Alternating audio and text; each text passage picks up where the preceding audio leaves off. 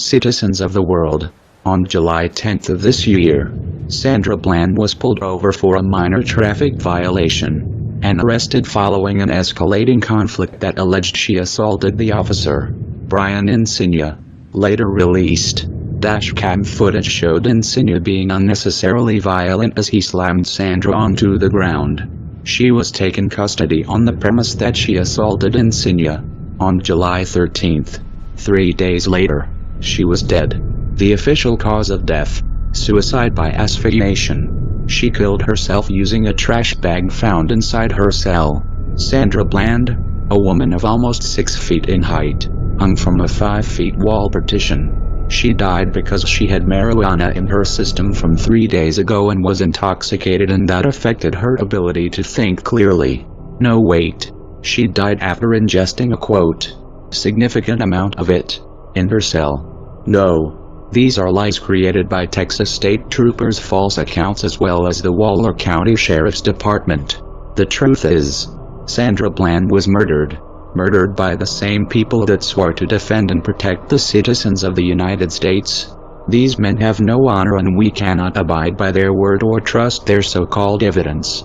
Sandra Bland was already dead in her mugshot. There are factors that stand by this conclusion as well as significant evidence. Waller County law enforcement was involved in tampering with much of the documentation as well as the mugshot. Allow us to run you through those points. Number 1. Waller County Jail does not put their detained in orange jumpsuits until after they have been processed. Evidence of this is all across their online records. Every detainee is in street clothes, looking straight at the camera, with their shoulders angled, and their bodies away from the wall. This brings us to point number 2. Look at her hair. Her locks are pointing back instead of hanging straight down. Her head is clearly resting on the surface behind her. Her shoulders are resting at a 180-degree angle, a clear sign that she is on the floor, and on her back. Another clear indication is cited when examining the fat on her face, as it is being pushed towards her ear by the force of gravity. Let's take a second, and ask ourselves, why would law enforcement officials take a mugshot with the accused on the ground and on their back? More on that in a second. 3. If you look to the left side of her face, which is right of the photo, you can see that her face droops lower on one side than the other. This happens when oxygen is cut from the brain.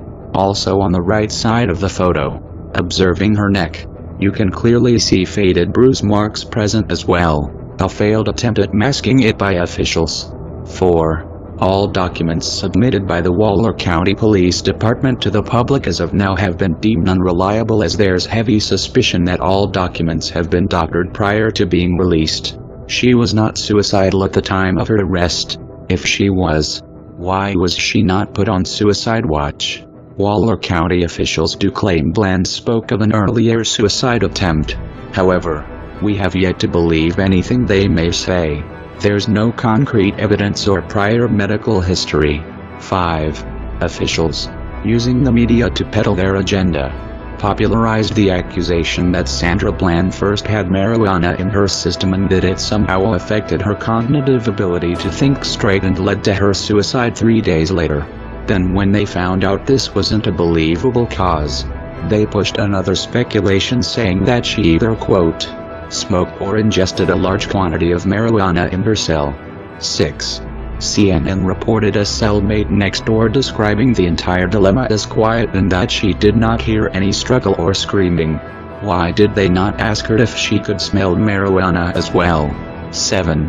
The booking sheet belonging to Sandra Bland, also released to the public, does not show a clear mugshot. Both front and side shots are darkened to the point where no facial features can be seen. 8. Both the cell photo that was released as well as the dash cam were either edited or irrelevant. The photo of cell 95 was taken either before Sandra even arrived to the cell or after her death. Both have issues. If the photo was taken before, we know for a fact that Waller County officials have something to hide and decided to peddle this to the media. If the photo was taken right after, as they claim, then who had the time to rebag the trash can after a clear successful suicide using that same object was used? Again, unreliable.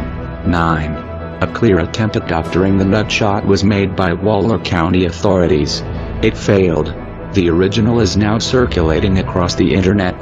The Anonymous Collective is enraged at the failed attempt by Waller County PD and the Texas Trooper Association to mask a blatant act of crime against an innocent woman. And we will not stand as Sandra's death becomes another hashtag and then a statistic. We, Anonymous, are calling on the citizens of the United States to commit to a day of rage for Sandra Bland and all who have been murdered at the hands of ruthless law enforcement officials who know no honor. Cities around the United States will rise up in unison and call for Sandra Bland's justice.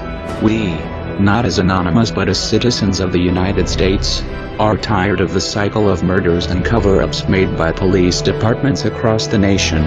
We demand that each police chief at each protesting city to come out to the crowds and renew their pledge to protect the people they serve. We also demand the immediate arrest of Brian Insigne and the resignation of both Waller County's district attorney and the Waller County's sheriff. If you do not take Brian Insigne into custody, we will come after all of you. All your secrets will be leaked.